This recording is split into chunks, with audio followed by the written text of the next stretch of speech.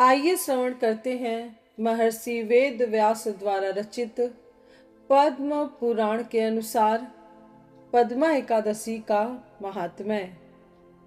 युधिष्ठिर ने पूछा, हे केशव, भाद्रपद मास के शुक्ल पक्ष में जो एकादशी होती है उसका क्या नाम, कौन देवता और कैसी विधि है, यह बताइए।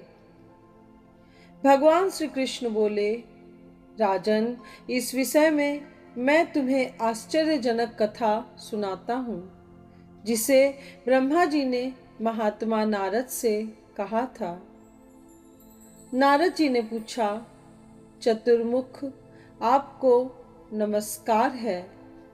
मैं भगवान विष्णु की आराधना के लिए आपके मुख से यह सुनना चाहता हूँ कि भाद्रपद मास के शुक्ल पक्ष में कौन सी एकादशी होती है। ब्रह्मा जी ने कहा, मुनि श्रेष्ठ, तुमने बहुत उत्तम बात पूछी है। क्यों न हो, वैष्णव जो ठहरे। भादो के शुक्ल पक्ष की एकादशी पद्मा के नाम से विख्यात है। इस दिन भगवान ऋषिकेश की पूजा होती है। यह उत्तम व्रत अवश्य करने योग्य है। सूर्यवंश में मानधाता नामक एक चक्रवर्ती, सत्य प्रतिज्ञ और प्रतापी राज ऋषि हो गए हैं। वे प्रजा का अपने औरस पुत्रों की भांति धर्म पूर्वक पालन किया करते थे। उनके राज्य में अकाल नहीं पड़ता था, मानसिक चिंताएं नहीं सताती थीं और व्याधियों का प्रकोप भी नहीं होता था। उनकी प्रजा निर्भय तथा धन्य धान्य से समृद्ध थी। महाराज के कोष में केवल न्यायोपार्जित धन का ही संग्रह होता था। उनके राज्य में समस्त वर्णों और आश्रमों के लोग अपने अपने धर्म में लगे रहते थे। मानधाता के राज्य की भूमि कामधेनु के समान फल देने वाली थी। उनके राज्य करते समय प्रजा को बहुत सुख प्राप्त होता था। एक समय किसी कर्म का फल भोग प्राप्त होने पर राजा के राज्य में 3 वर्षों तक वर्षा नहीं हुई। इससे उनकी प्रजा भूख से पीड़ित हो नष्ट होने लगी। तब संपूर्ण प्रजा ने महाराज के पास आकर इस प्रकार कहा। प्रजा बोली, नृपश्रेष्ठ, आपको प्रजा की बात सुननी चाहिए। पुराणों में मनीषी पुरुषों ने जल को नारा कहा है। वह नारा ही भगवान का अयन निवास स्थान है, इसलिए वे नारायण कहलाते हैं। नारायण स्वरूप भगवान विष्णु सर्वत्र व्यापक रूप में विराजमान हैं। वे ही मेघ स्वरूप होकर वर्षा करते हैं। वर्षा से अन्न पैदा होता है और अन्न से प्रजा जीवन धारण करती है। नृपश्रेष्ठ, इस समय अन्न के बिना प्रजा का नाश हो रहा है, अतः ऐसा कोई उपाय कीजिए जिससे हमारे योगक्षेम का निर्वाह हो। राजा ने कहा, आप लोगों का कथन सत्य है, क्योंकि अन्न को ब्रह्म कहा गया है।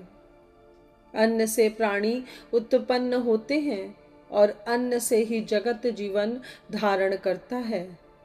लोक में बहुधा ऐसा सुना जाता है तथा पुराणों में भी बहुत विस्तार के साथ ऐसा वर्णन है कि राजाओं के अत्याचार से प्रजा को पीड़ा होती है। किंतु जब मैं बुद्धि से विचार करता हूँ तो मुझे अपना किया हुआ कोई अपराध नहीं दिखाई देता। फिर भी मैं प्रजा का हित करने के लिए पूर्ण प्रयत्न करूँगा। ऐसा निश्चय करके राजा मानधाता इन्हें गिने व्यक्तियों को साथ ले विधाता को प्रणाम करके सघन वन की ओर चल दिए। वहां जाकर मुख्य मुख्य मुनियों और तपस्वियों के आश्रमों पर घूमते फिरे। एक दिन उन्हें ब्रह्मपुत्र अंगिरा ऋषि का दर्शन हुआ। उन पर दृष्टि पड़ते ही राजा हर्ष में भरकर अपने वाहन से उतर पड़े और इंद्रियों को वश में रखते हुए दोनों हाथ जोड़कर उन्होंने मुनि के चरणों में प्रणाम किया। मुनि ने भी स्वस्ति कहकर राजा का अभिनंदन किया और उनके राज्य के सातों अंगों की कुशल पूछी। राजा ने अपनी कुशल बताकर मुनि के स्वास्थ्य का समाचार पूछा। मुनि ने राजा को आसन और अर्घ्य दिया। उन्हें ग्रहण करके जब वे मुनि के समीप बैठे थे तो उन्होंने इनके आगमन का कारण पूछा।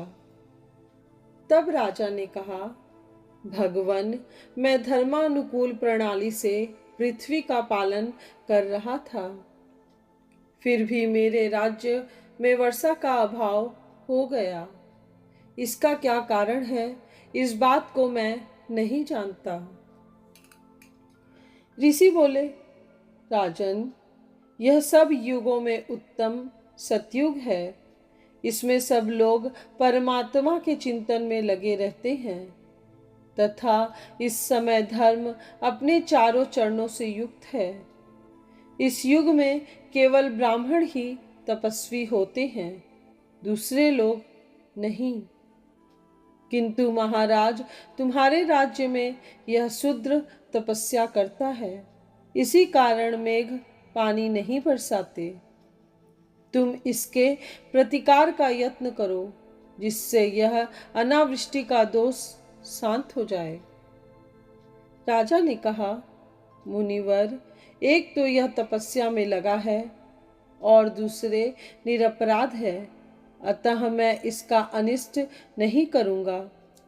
आप उक्त दोष को शांत करने वाले किसी धर्म का उपदेश कीजिए।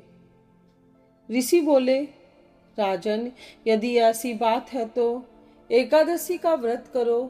भाद्रपद मास के शुक्ल पक्ष में जो पद्मा नाम से विख्यात एकादशी होती है, उसके व्रत के प्रभाव से निश्चय ही उत्तम वृष्टि होगी। नरेश, तुम अपनी प्रजा और परिजनों के साथ इसका व्रत करो। ऋषि का यह वचन सुनकर राजा अपने घर लौट आए। उन्होंने चारों वर्णों को समस्त प्रजाओं के साथ भादो के शुक्ल पक्ष की पद्मा एकादशी का व्रत किया।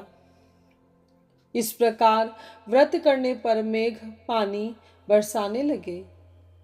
पृथ्वी जल से आप्लावित हो गई और हरी भरी खेती से सुशोभित होने लगी। उस व्रत के प्रभाव से सब लोग सुखी हो गए। भगवान श्री कृष्ण कहते हैं, राजन, इस कारण इस उत्तम व्रत का अनुष्ठान अवश्य करना चाहिए। पद्मा एकादशी के दिन जल से भरे हुए घड़े को वस्त्र से ढककर दही और चावल के साथ ब्राह्मण को दान देना चाहिए। साथ ही छाता और जूता भी देने चाहिए। दान करते समय निम्नांकित मंत्र का उच्चारण करें। नमो नमस्ते गोविंद बुद्ध श्रवण संज्ञक अघोग संचय कृत्वा सर्व सौख्य प्रदो भव भुक्ति मुक्ति प्रदेश्चेव लोकानाम सुखदायकः। यहाँ बुद्ध श्रवण संज्ञक का तात्पर्य है बुधवार और श्रवण नक्षत्र के योग से युक्त द्वादशी के दिन। बुद्ध श्रवण नाम धारण करने वाले भगवान गोविंद आपको नमस्कार है, नमस्कार है। मेरी पाप राशि का नाश करके आप मुझे सब प्रकार के सुख प्रदान करें। आप पुण्यात्मा जनों को भोग और मोक्ष प्रदान करने वाले तथा सुखदायक हैं। राजन, इसके पढ़ने और सुनने से मनुष्य सब पापों से मुक्त हो जाता है।